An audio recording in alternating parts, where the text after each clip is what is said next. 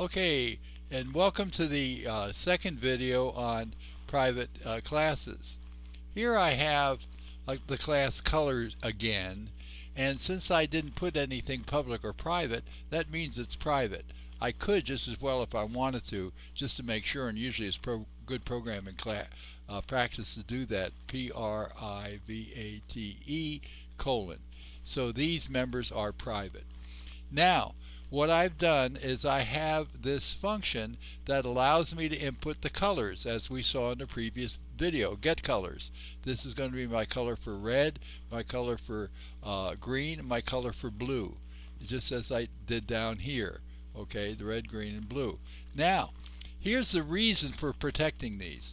Supposing somebody, it's a late Friday afternoon and they're inputting colors, and they want to get the color of red 200, they want to get the color of green 125, and they mean for the color of blue to be 125 as well, but inadvertently they type the number 3 and they put in 325 for color.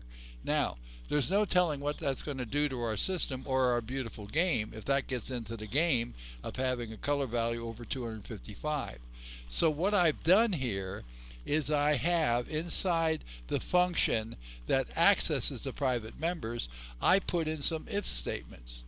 I said if this value x is greater than 255, then simply assign x 255. In other words, there's no way this value here, no matter what value you put in here, if it's greater than 255, it's going to be assigned 255.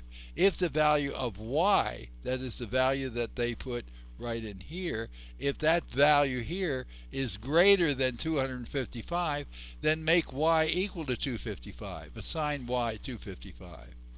If the value that they put in here, which they did in this case, is greater than 255, if z is greater than 255, then assign z the value of 255.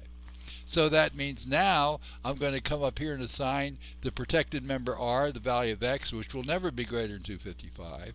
The same thing with G for green, the value of y, which will never be greater than 255, and so on for blue. Now, these values may not only be put in by a person, but they may be put in by another part of the program. And then what I've done is I've added show colors. And so see out, I'll see the red, the green, and the blue, and I'll pause. So let's see if this works. Here we are. I instantated my color, so my color dot get colors 200, 125, and the incorrect value of 325.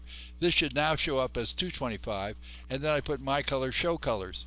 So let's go ahead and we'll compile it and see what we get. And there it is. And I'd see red is equal to 200. That's what I put in right here.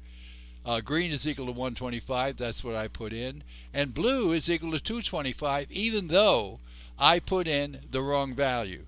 So that's the reason for having protected members. And being able to protect members in a class is an extremely important part of object-oriented programming in all kinds of applications, especially in computer games. Okay, that's it. Thank you for watching.